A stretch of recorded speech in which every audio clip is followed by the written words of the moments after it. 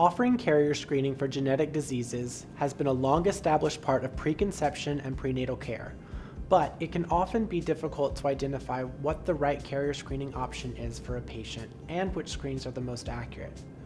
Almost all carrier screens available today use next-generation sequencing technology, or NGS, as a starting point.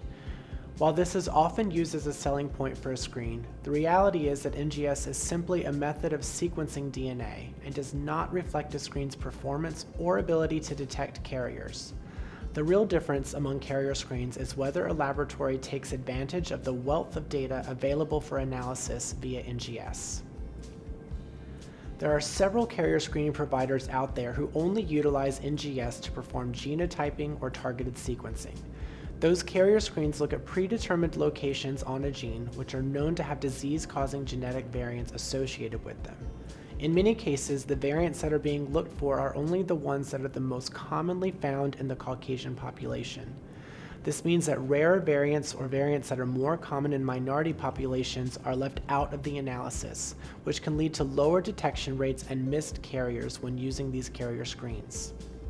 NxGen MDx's approach is different.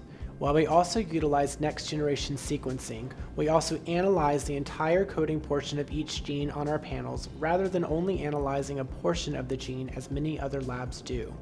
By doing so, we are able to identify disease-causing variants regardless of that variant's rarity or a patient's ethnicity.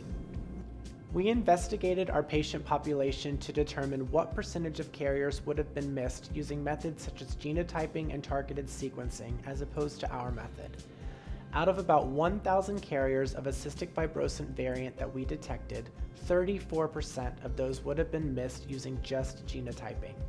Out of almost 1,500 possible silent carriers for spinal muscular atrophy, 25% would have been missed using other methods. These numbers mean that when using genotyping or targeted sequencing, you are missing as many as 1 in 4 carriers.